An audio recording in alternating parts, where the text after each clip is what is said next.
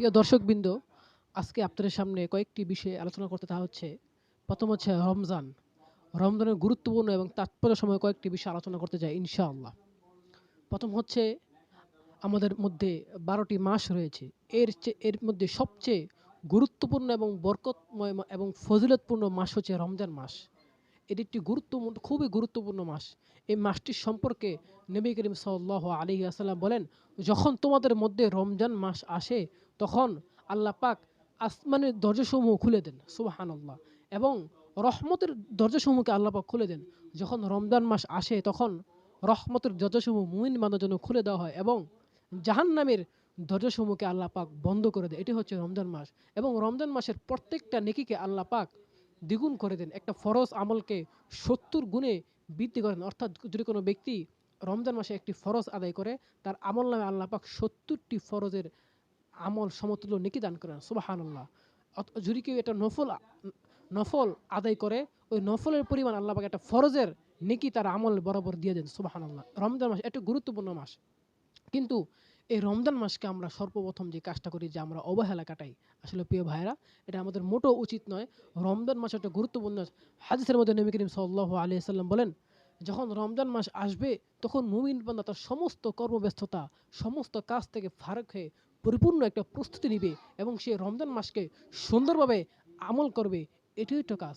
নবী করিম সাল্লাল্লাহু আলাইহি ওয়াসাল্লাম রমজান মাস আসার পূর্ব থেকে রমজানের প্রস্তুতি নিতেন। তাই তো তিনি শাবান এবং রজব মাসে একটা দোয়া পড়তেন, আল্লাহুম্মা বারিক লানা ফি রজব ওয়া শাবান ওয়া বাল্লিগনা রমাদান।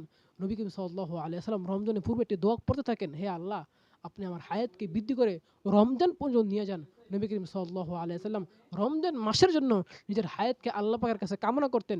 আল্লাহ, আমার হায়াত যেন রমজান পর্যন্ত আপনি টিকিয়ে রাখেন। আমি যেন রমজান মাসে একটা পাই।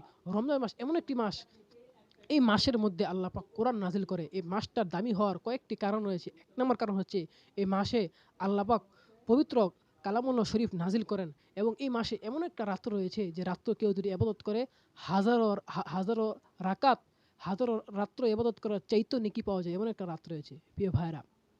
এজন্য নবী করিম সাল্লাল্লাহু আলাইহি ওয়াসাল্লাম বলেন, রমজান মাস যখন আসবে, তখন তোমরা তোমাদের সমস্ত কর্মব্যস্ততা থেকে ফারেক হয়ে এই মাসটি যেন তোমরা পরিপূর্ণ ইবাদত করবে, তাহলে আল্লাহ পাক তোমাদেরকে সব জায়গায় তোমাদেরকে সফল কাম করবেন ইনশাআল্লাহ। প্রিয় ভাইয়েরা, এজন্য আমরা রমজান মাসের পূর্বে কয়েকটা কাজ করতে, ১ নাম্বার কোরআন পড়া। ব্যাপকভাবে কোরআন পড়া। নিজে কোরআন পড়বো, নিজের সন্তানকে কোরআন পড়াবো। চতুর্দিকে কোরআন আর কোরআন, কোরআন আর কোরআন। আমরা কোরআনের বাণীকে ছড়িয়ে দেবো ইনশাআল্লাহ। আশা করা যায় ১ নাম্বার হচ্ছে কোরআন পড়া। ২ নাম্বার গুনাহবিহীন রমজান। গুনাহবিহীন রমজান। রমজানটা আমরা কাটাবো, কোনো প্রকার গুনাহ করব না। কোনো প্রকার অশ্লীল অন্যায় কাজ করব না ইনশাআল্লাহ।